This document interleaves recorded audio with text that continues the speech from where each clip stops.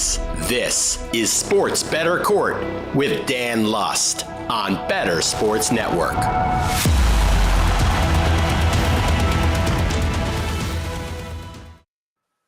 Welcome to the Sports Bettor Court, or should we say welcome to the Sports Law Dojo, the show where we put sports bettors against one another, and I, as the judge, kind of fill you in on the intersection of sports and law. Our story this week, our top story this week, we certainly had some stories to pay attention to in the college sports world, but a story that I don't think many are paying attention to deserves your attention. That is the ongoing saga of Brett Favre and the state of Mississippi.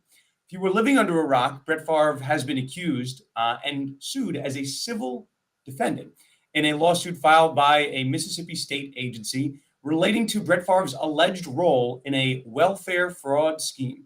So many of you heard about this for the first time when Brett Favre decided to sue Pat McAfee once upon a time for relating to Pat McAfee's coverage, we'll say, of the lawsuit and the allegations against Brett Favre. Brett Favre's also sued Shannon Sharpe. He's also sued an agency or an official related to the Mississippi State. So why are we talking about Brett Favre today? Again, a story that maybe many people have not realized, but one that deserves our attention. Brett Favre claims his innocence with respect to this case. He's not been charged as a criminal defendant in any way, shape, or form, but he has been sued in a civil capacity. Now, again, unless you're living under a rock, Brett Favre was accused of involvement, we'll say some sort of involvement, some sort of role in the misappropriation, that's a tongue tire, Mississippi misappropriation relating to the misappropriation of $70 million in welfare funds. Now, Favre's not accused to be tied to all 70 million, but a number, we'll say a seven-figure number, mid-seven-figure number.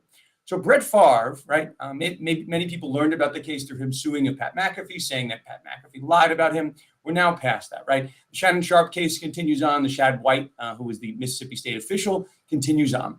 But we still do have this underlying case of welfare fraud against Brett Favre and the alleged misappropriation and the sought-after return of those misappropriated funds. The story this week, Brett Favre is refusing to turn over his tax returns. Mississippi State, or the agency affiliated with Mississippi State, I believe is the Department of Human Services, filed a motion to compel and tried to force Brett Favre to turn over his tax records. So we're now basically, I think Pat McAfee was sued back in February, so about 6 months. I think it's been a year since the public first started hearing about this, since Shannon Sharpe and Pat McAfee started talking about this case, and really the whole kind of sports media started talking about it. But we're now a year into this lawsuit. Brett Favre has not given up. Brett Favre has filed defamation cases, but Brett Favre is refusing to turn over his tax records.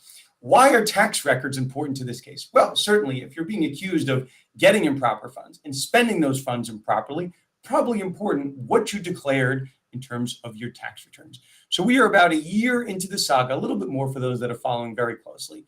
And Brett Favre, yes, he's filing defamation and claiming that people are reporting this case unfairly. He has nothing to hide. He's being wrongfully accused. Then again, not turning over the tax records. Again, what we teach you on the sports law court, lust for law, all of the above, don't just believe the headlines. You got to dig into a little bit deeper. If Brett Favre truly had nothing to hide, why is he not turning over his tax records? Why is it taking the Mississippi Department of Human Services to file a motion to compel to get those records from Brett Favre? Certainly, right, if they're not relevant to the case, you fight them. But tax records, when you're being alleged to have misappropriated millions of funds, definitely relevant to the case. Makes you wonder, right? Does Brett Favre have something to hide? Why is this case still going on? Is it possible that Brett Favre, at some point in the near future, becomes a criminal defendant? Other defendants that have been associated with this case or other individuals associated with this misappropriation of welfare funds have been turned into criminal defendants. So Brett Favre is certainly not out of the water, but if you start paying attention to this case once Brett Favre settled with Pat McAfee, pay close attention to it. Seems like things are ramping up once again. That has been lust for law, and that has been the biggest story, at least in my opinion, of the sports law world that no one is paying attention to. With that said, we have two combatants ready to duke it out on the sports betting field on this edition of the Sports Bettor Court when we come back. The Bears have to be one of the most inept franchises of any sport I've ever seen in my entire life. And they share the city with the White Sox, who are also inept. Like, that is how bad the Bears are. I just don't understand how you can go your entire existence and the quarterback that wins you a Super Bowl is Jim McMahon. You couldn't find anybody else.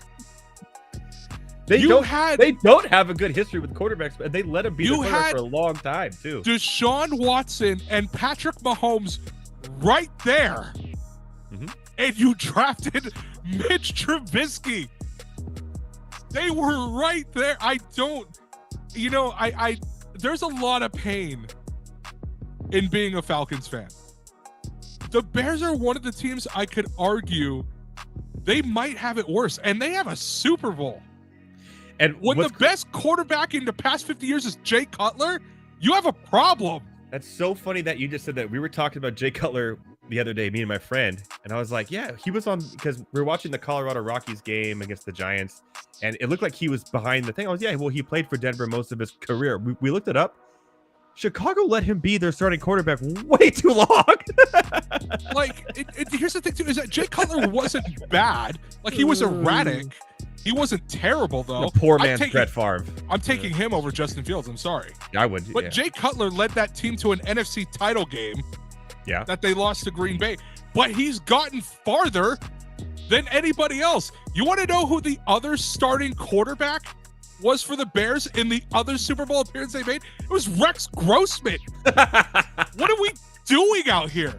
It was Rex Grossman, and Kyle Orton was the backup. How are you that bad? Bro, oh my God. Listen to the top 5. According to Football Reference, the top 5 greatest Bears quarterbacks of all time. Jay Cutler, number 1. I can't believe it. Sid Luckman, who last played in 1950, is number 2. Jim Harbaugh is number 3. Jim McMahon, the Super Bowl winner, is number 4, and he played there for 6 years. And Mitch Trubisky, is number 5 on the list as terms of passing yards go.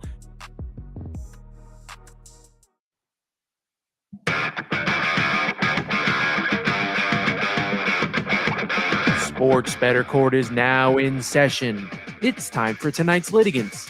First, Dexter Henry. Dexter is a sports anchor for the New York Post Sports Partnership with SNY. He also is an update anchor for WFAN and CBS Sports Radio. He hosts New York Got Game and New York Sports Rapid Rundown. Follow Dexter on social media at DHenryTV. Next, Tom Casale. Tom is the sports betting director for NOLA.com. Follow him on Twitter/X at the Tom Casale. All rise for the Honorable Judge Lust. Welcome, Dexter, Tom, to the Sports Bettor Court. Dexter, you are a return litigant, which means I think you did a pretty good job the first time. Tom, you're our newbie to the court. For those that don't know the rules, we'll play best 2 out of 3, but most importantly, my best bet, the one that Your Honor, myself, I'm putting my money in. So that one's a pretty important one. Okay, we will take our first bet. We will head to the gridiron.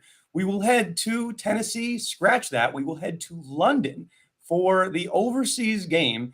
It is not the Ravens at the Titans. It is the Ravens and the Titans playing on a neutral field. The line, as I see it, gentlemen, is -4 for the Ravens. Dexter, as our returning combatant, I will let you pick first. Who do you like here? Ravens with the points, Ravens -4 or Titans +4? I'm going with the Ravens -4 here. And why? Look, Ravens coming off of a very, very tough loss to the Pittsburgh Steelers on the road in Pittsburgh, a game that, quite frankly, they should have won. 3 picks from Lamar Jackson in that game. They played terribly. You have to give credit to the Steelers defense.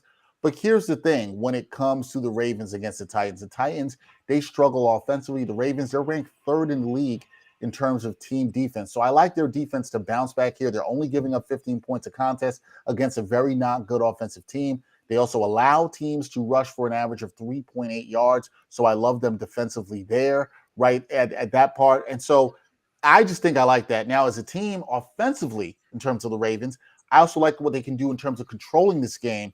They rush the ball well, averaging 146 yards on the ground. That puts them at 4th in the NFL right now. So I think they'll put the ball in the end zone. They'll be able to control the game. I think they'll be extremely motivated to come back. I know both teams are coming off a loss in week 5, but I like the Ravens to bounce back here in London town across the pond and cover the 4 points there. Okay, Tom, I'm going to assign you here. You get the Titans +4, whether you like it or not. What do you got here? Well, thank you, Your Excellence. You're doing a tremendous job as being the judge. Let me start off with that. This is an interesting game. I just think that, to me, Baltimore is a little bit overvalued right now. They beat UCLA's best quarterback in Cleveland, Dorian Thompson-Robinson. They struggled last week against, to me, a very mediocre Steelers team. And I think we're thinking of the Ravens like we thought of them heading into the season. You're looking at their 3rd game in a row away from home. And what I look at here with Lamar Jackson is, Bill Belichick, back when he could coach, did a great job against running quarterbacks, right? Vrabel, the same thing. They've been able to control the Ravens offense. Their last 4 meetings, the teams have split, but Baltimore has only scored 19.7 points per game. So, I agree. I think it's going to be a lower scoring game. I don't see a ton of offense here. I'm still worried about this. You can beat Tennessee through the air, but even after drafting all these guys and signing all these guys, where's that Ravens passing attack? So I think lower scoring game, overvalued Ravens team. Give me the 4 points. Okay, so this is where your judge here does his research. He comes at you with some interesting facts and figures. The preseason opening line for this bout, the Ravens were a 5.5-point favorite. That line is now down to 4. So if we're just looking, and I think, Dexter, I'll push back on you on this, right? We look at the Ravens, right? The Ravens are 3-2.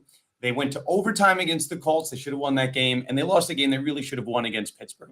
Flip of a coin, Ravens are sitting here at 5-0. It looks like when they get into close games is when the Ravens have a problem for whatever reason. Now, this spread is a 4-point spread. There seems to be some type of a close game expected. What is the difference here, right? If they're in a close game, why do you think that the Ravens can win and cover against the Titans team that seems to be pretty effective? And as Tom said, split the last 2 games. It seems to be a close game on the horizon. Well, if it's a close game, right, here's the thing. I'm going to go back to the defense again, right? They're able to stop the run, giving up 3.6 yards per rush on the ground. And also through the air, they've only given up 175 yards per outing. So I trust their defense against a Tannehill's not throwing the ball that well either. He might be under that 175. Well, yeah, he himself might be under it. I agree with you on that. And that's the thing. I don't trust that Titans offense at all. Now, I think there's a good point by Tom that the Steelers, who have been a very mediocre Steelers team, although the defense is fantastic, you don't trust them there.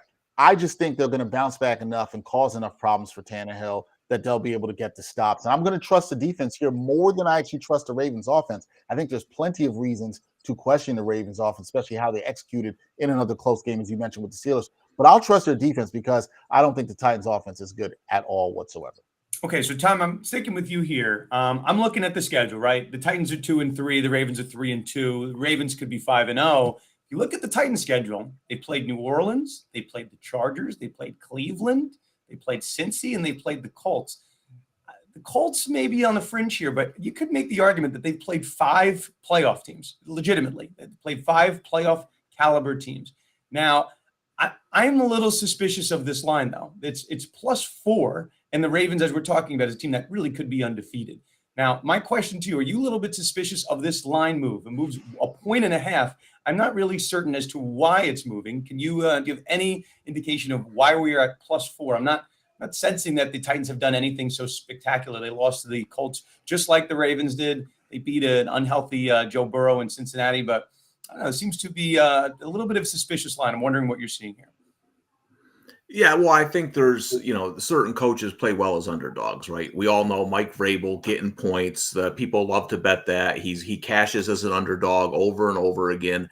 And I think, we're kind of on the same page here, all of us thinking it's going to be a lower scoring game, right? You mentioned the Titans schedule. The Ravens schedule pretty much the same. They play a rookie quarterback in week 1. They play Joe Burrow, who can't move. They play Dorian Thompson-Robinson. They play in Pickett. So I think the defense is a little bit overrated only because of who they played. But again, Tannehill's not throwing the ball very well. So to me, this is, I honestly think, I don't even know if I'm going to wake up for this one. It's going to be a snoozer. I think it's going to be 16-13 either way. That's why I like taking the points here, only because, I agree. I think it's going to be a lower scoring game. And in those type of games, it's hard to cover over a field goal. So I think it goes down to the wire, fourth quarter. I'll take the 4. Okay, I think I'm ready to render a decision here. I think if we're sitting here, right, I think we all can confidently say that despite these woes that Ravens have faced against the Steelers, I think we can all say confidently they're a playoff team. Tennessee Titans, though, you don't know what you're getting week in and week out, right? I know we've talked about them, I guess being in these low-scoring games, playing as the underdog, but I'm not quite sure what we're going to get from Tannehill. We've seen the 104-yard performance, and then we've seen, I think he's capping out around like 250 and change, but we have not seen the Tannehill of, 2 years ago that was potentially a Pro Bowler and having that kind of second wind. Dexter, early in the season, I feel like the Ravens are slightly undervalued here. I'm going to go with you, Ravens -4. Okay, so hang tight. We got 3 rounds here. Before we go on, a reminder, Fantasy Alarms All-Pro subscription. Get Fantasy Alarm All-Pro. Unlock all content for all sports, including the annual draft guides, one-on-one expert access in Discord, League Sync, lineup generator, waiver wire, ownership percentages, all of the above. Get access to everything with fantasyalarm.com/win. Okay, sticking here, we have another Week 6 matchup. This one actually played domestically. It is the Arizona Cardinals 1-4 heading to the Los Angeles Rams. We've talked about the Rams a good bit on the show. I had the Rams over 6.5 win total for the year, so I kind of like the Rams in general, but this kind of matchup kind of looks ugly. 1-4 Cardinals, 2-3 Rams. My line, at least as I'm seeing via FanDuel, is 7 points in the Rams' favor for this home matchup. Dexter, you went first. So Tom, we are going to give you the honors this time around. Who do you like, Rams -7 or Cardinals +7?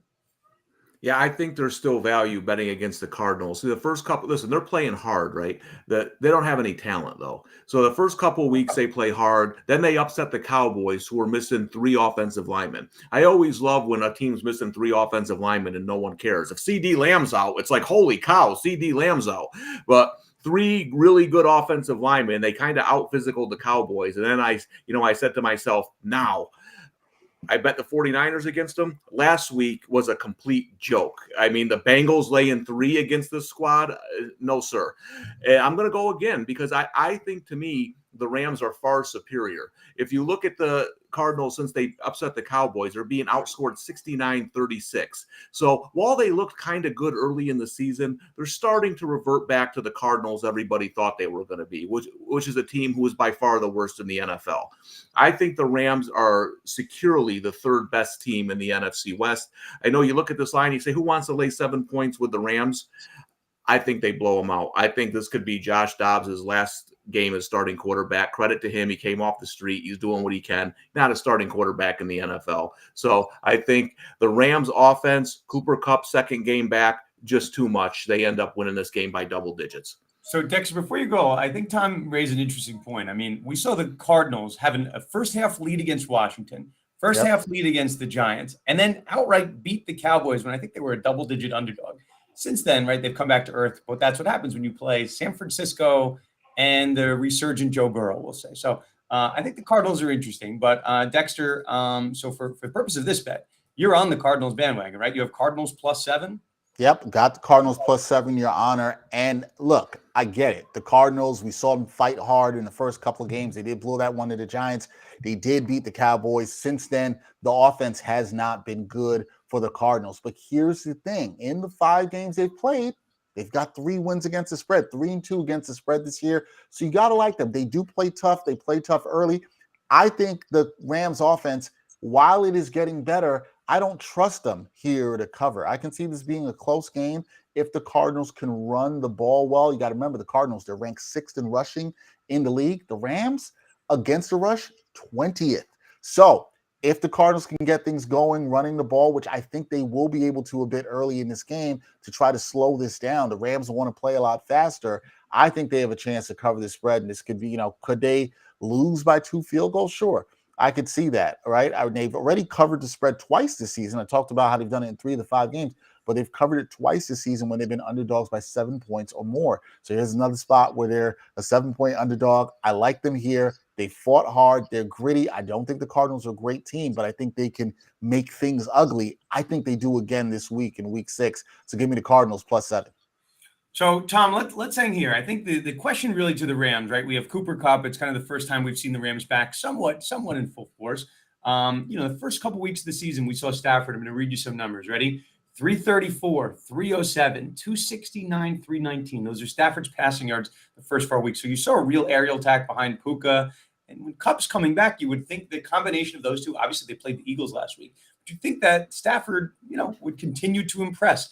I'm a little concerned last week. He goes to 222 in a game where the Rams really needed to throw the ball, was not successful. So the question is, which Rams are we going to get? Now they're playing a team, Arizona, that's definitely a step behind who they've played as of late, including Philly and San Francisco. I mean, they played San Francisco to a 7-point game. They played Philly to a 9-point game.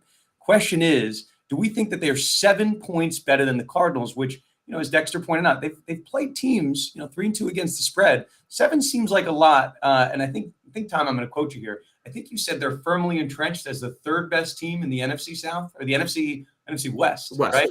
That's not that impressive. That seems to me that they're pretty bad that they're below the 2nd. So I'm not sure there's that much of a gap between the 3rd and 4th best team. What say you? I agree with you. I think everyone agrees. The Rams are better than the Cardinals, but are they 7 points better? I'm not sure I'm seeing that without the aerial attack that we've seen the first 4 weeks. Yeah, well, I mean, the Eagles is a terrible matchup for the Rams. I had Philly last week because of the trenches. They match up well. It talked about they can't stop the run, but the Cardinals don't have James Conner though. So that rushing attack, I think, who's starting? The 2nd best running back on TCU last year. He's the starter now. I mean, that's a little bit different than James Conner running the football. And the other thing too is I understand they're 3-2 against the spread. What are they the last 2 weeks against the spread? That's 0-2. So it's going in the wrong direction. To me, this, again, I was waiting when the Cardinals started playing well, waiting for that time. I don't think you're going to see lines like this with the Cardinals much longer. I think the bottom's going to fall out. I think it's going to fall out this week. I think this is a much better matchup up front for the Rams. I think Stafford goes back. I think he has a field day. I get it. But you mentioned last time the suspect line with the 4, the Rams laying 7.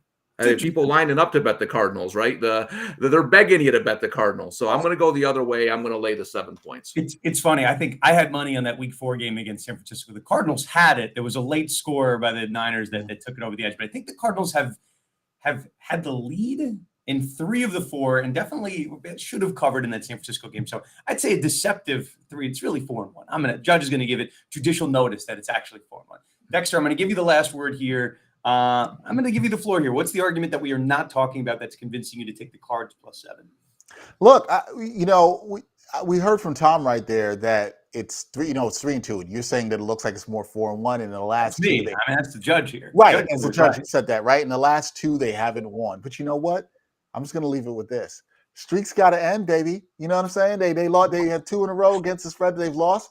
They're going to get out of it. They're the fighting Cardinals. I think there's something good going on with the Cardinals. I will say. I do not think they're that good of a team. So I don't think that it's crazy to think that the Rams are the better team. But I think they fight, and I think there's something changing with the culture around them. And the team that we thought was going to be tanking this year, we thought this team would be 0-5. I know they're 1-4, but we thought they'd be bad as Carolina. There are teams that look worse than them. The Giants. Right, the Patriots who've looked worse than them. This team fights. I think they fight again on Sunday, and I think they find a way to cover here.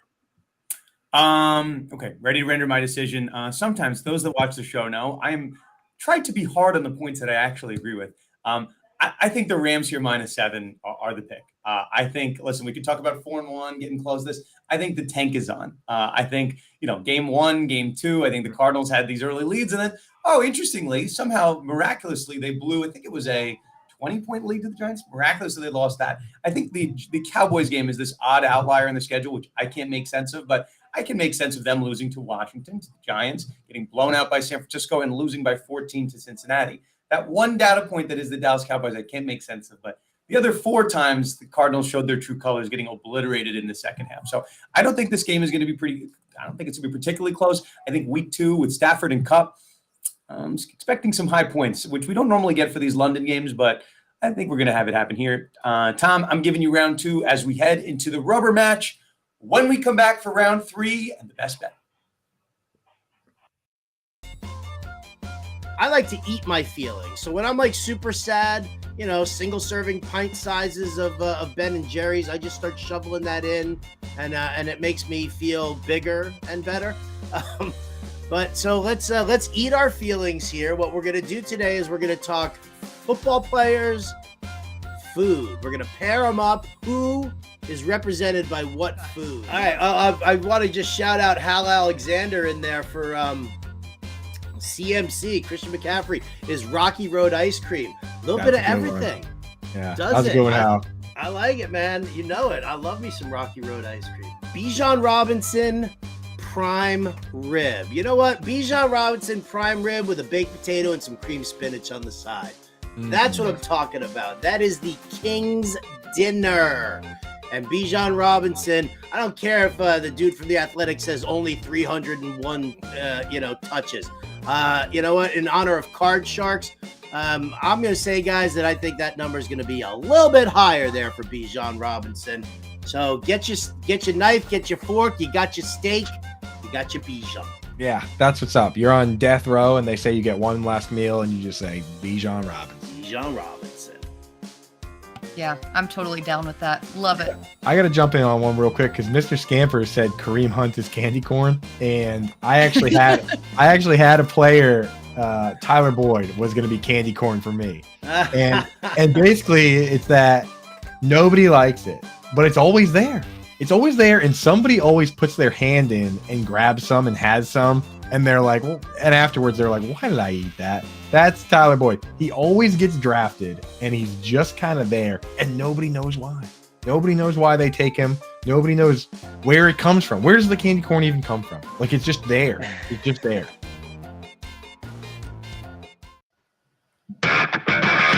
All rise for Sports Bettor Court with Dan Lust on Bettor Sports Network. Welcome back for the rubber match, the best bet. Reminder, FanDuel up to $2,500 no sweat first bet by using promo code FanDuel. Head to fantasyalarm.com/FanDuel. I think you head there. Don't use that promo code. Use the fantasyalarm.com/FanDuel. Anthony, I blame you. I blame you for that. It's in the rundown. I'm going to read it. It's like Will Ferrell and Anchorman. If you put it in the rundown, I will read it. Okay, so here's the best bet. It's my personal favorite bet, which I am contractually obliged, even though I'm the judge and I make the rules, I've obliged myself to bet money on this particular bet. So sometimes I look at what we cover in sports, but we covered Brett Favre. Brett Favre is not an active football player, so there's no real bet for Brett Favre. But, you guys know, right? Listeners of the show, watch the show. I'm a Bills fan, and I watch this line. Watch this line very closely. The Bills were the favorite all offseason to win the AFC East.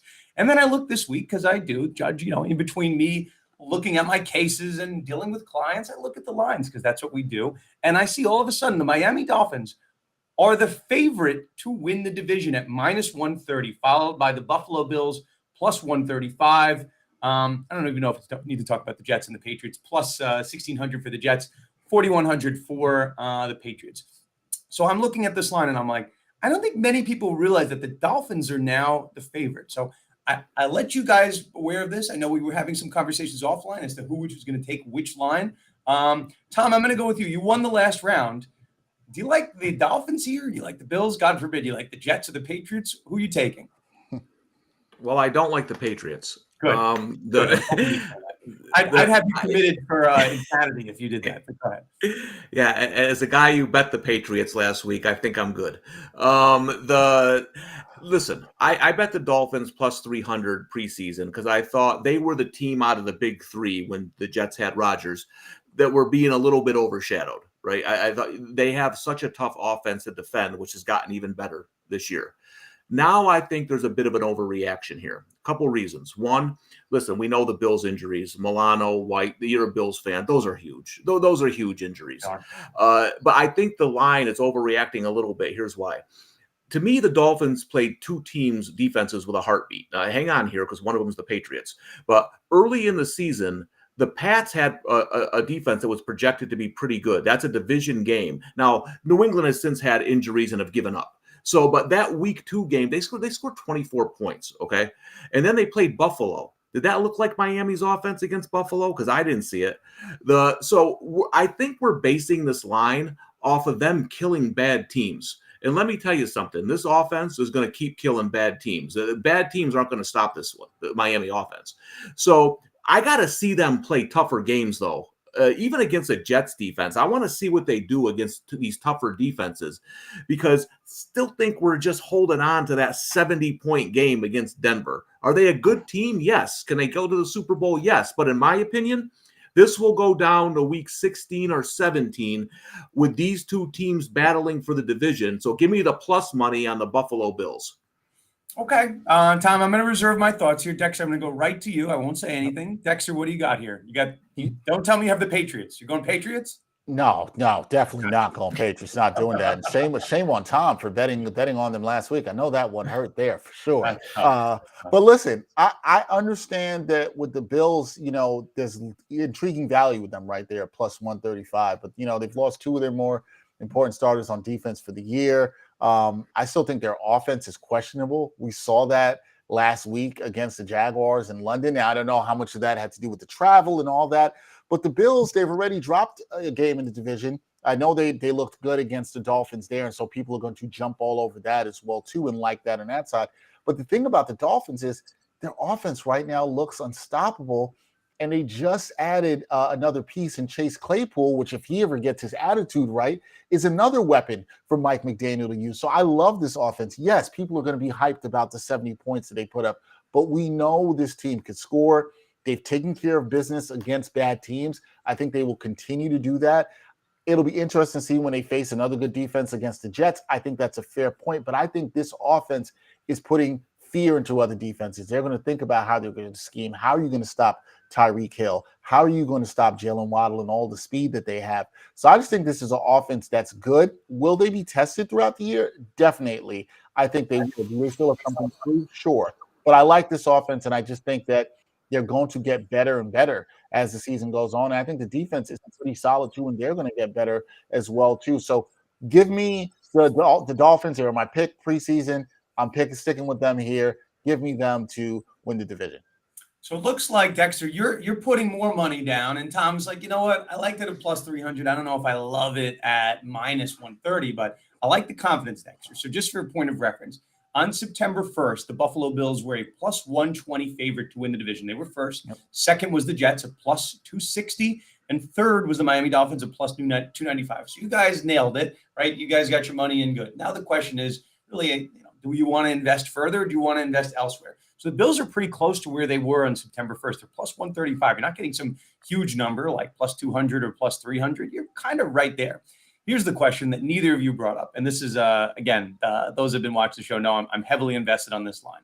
The beginning of the year, Tua his over-under for yards was 3,900. So if you did the math, you figured out how many yards he usually averages. That basically said that the books thought he was going to play about 13 games. So through 5 games, Tua looks great. Tua looks fantastic. But as we know, right, us gamblers, we know that the books are never wrong. The books are waiting for this injury. Tua, every year of his professional career, has played, guess what, 13 games. The question is when that injury comes. And I know we've talked about it on another show, but I mean, I'm not a medical expert. I just play a judge on TV, so I'm kind of a medical expert. But Tua suffered 2 diagnosed concussions, and the third one that they claimed to be a back injury that kind of was a concussion, but just no one's talking about it. So medically, right, you can look at all these different reports online. You suffer your 4th concussion, just like that movie with Billy Bob, that offensive lineman that kept suffering those concussions. Somebody's going to get the reference somewhere. Your 4th concussion is much worse than your 1st or your 2nd concussion. That could be a career-ending injury if you have that 4th concussion. We know football is a violent sport. So, Tom, I'm going to go back to you, right? I'm waiting for the inevitable Tua injury. It's basically happened every year for the last 5 years, dating back to when he was at Alabama. I'm not sure at minus 130 that's being priced in accordingly. You lose Tua, you go to Mike White. I'm not sure this is the greatest show in the heat of Miami. But, Tom, I'll go to you. What do you think about that? The movie's Varsity Blues. I know that because I've seen it 10 times this month. But listen, I was kind of holding on to the Tua thing for when you came back to me, because I was going to say anybody can get injured, but Tua, the concussion thing is the scariest thing you can have in today's NFL, right? Especially if you've had them before. So there's going to be ultra protocol with these mandatory sit-ups. You have it in 1 week, you're automatically out the next week. That's every player so far. And that's what I was going to say is you can't predict injuries, but as somebody who has plus 300 on the Dolphins, that's the thing that still concerns me. Because if he gets one of these around week 10, listen, he's out for more than a week, right? And depending on – because, listen, the Dolphins and the Bills, they play a similar schedule to the Eagles and the Cowboys because they cross over this year. They got some tough games coming up, and they're going to need Tua. The concussion thing does scare me. Even putting in the bets I put in the preseason when I took him 40-1 to win the Super Bowl, that's always in the back of your mind. If he gets hit once in the head, you're probably out. Okay. I mean, listen, it's an important conversation we have to have. Dexter, I'm going to go to you here again. You're telling us to invest our money in the Dolphins, the 4-1 Dolphins. Bills are 3-2. Head notwithstanding, Dexter, I'm going to give you the final word here. So even when I threw a couple dollars down at the beginning of the season, By the way, you guys, neither of you can humble brag because you both did it. So we both did it. So I think Tom made a good bet too, right? But even when I did that, I would be lying if I sat here and said that, look, Tua's health wasn't a concern here. It absolutely was. But what I have seen through the first couple of weeks of this team playing, the first 5 weeks, I should say, is the Dolphins' offensive line looks better, right? It looks better than it has in the past in terms of protecting him. They've allowed the fewest pressures in the league at 26. This is two teams that have played 5 games, right? Second fewest sacks with 6 and fourth fewest QB hits, right? So he's not been taking a lot of hits. He's not seen a lot of pressure. If this offensive line, which I think they can play up to the level they're capable, because that's the thing that's impressed me most with the offense. We can talk about the speed, we can talk about all that, but they've protected Tua. And if they continue to protect Tua, which they do a much better job than they did last year, this is why I still like this bet and why I still like the Dolphins to win. It's the protection that we've seen. Sure, you can bank on saying, hey, the injuries come. We've seen it the last couple of years, but what we haven't seen the last couple of years is Miami's offensive line actually play this good. Here they are in 2023 playing at a much better level. I don't think that's falling off. I think this offense is good. I think the offensive line is legit. And I think Tua will be healthy. In fact, I'm going to go out and say this. I think Tua is going to play every game this year. I'm going to say that. He's not going to get hurt. I think I would lose a lot of money if that happened. So let's, I don't know if we're rooting for that. So just, this is the only thing that we have not addressed. Teron Armstead just went on the injured list, so the line is a little bit decimated, or a little relatively more injured. Devon A-Chain, formerly A-Chain, now A-Chan is now it's going to be out. I think it's for the season. Jalen Ramsey's still out. So we're talking a lot about the Bills injuries, which just happened, but the Dolphins really aren't that healthy either. And we'll see how it impacts Tua, right? I think, Dexter, you pointed out, if that line is not healthy, we're worried about Tua. They've been better, but when you don't have the same rushing attack, and Waddle was hurt early this year, I'm not convinced the Dolphins will stay healthy here, but a lot being paid attention to these very public season-ending injuries for the Bills, be it Milano this past week. Yep. I'll say this. I'm going to give you guys both winners on this bet because you both have the Dolphins at plus 300. So that notwithstanding, I think the person that goes to the window and says Dolphins minus 130, and Dexter, no offense, I don't think we can expect Tua to do something that he has not done in 5 years. Play a full season. It's not to say that Dolphins won't make the playoffs or have a successful year, but you're really hoping that the Dolphins are a week in and week out winner and keep pace on the Bills at 4-1. You have an unhealthy Tua and you have a healthy Josh Allen the whole year, which Josh Allen really has been healthy. He's played through injury all of last year. I'll take the Bills to catch up to the Dolphins by one game, and then that important tiebreaker when those two teams play again. I'm going to roll with the Bills, but you guys are both basically not rooting for this because you guys both have the Dolphins. Obviously, I'm going to go with the Bills for the division. You guys insane? Obviously, I was going to do that. Got to roll with Buffalo Bills going through a table at some point in the future. So, Tom, I'm going to go with you here. Wisely, I'm guessing you're not actually going to take that bet, so the judge is going to take it. Bills plus 135. I think this is the lowest you will get the Bills this season. That's where I am investing my money. You guys are both winners because you both took Dolphins plus 300. That's the good bet. That'll do us for us here at the Sports Bettor Court. Dexter, fantastic job. Tom, you as well. Your first time on the Sports Bettor Court. You didn't get held in contempt. You're not going to prison. Just going to be in a lot of trouble if the judge loses money here. That's really it. Thanks to you both. And that'll do it for us here. And we'll see you next week, Wednesday, 6 p.m. on the Sports Bettor Court. Sports Bettor Court is now in recess. Join us next week, Wednesday at 6 p.m., where we weigh the odds and settle the score with the Honorable Judge Dan Lust.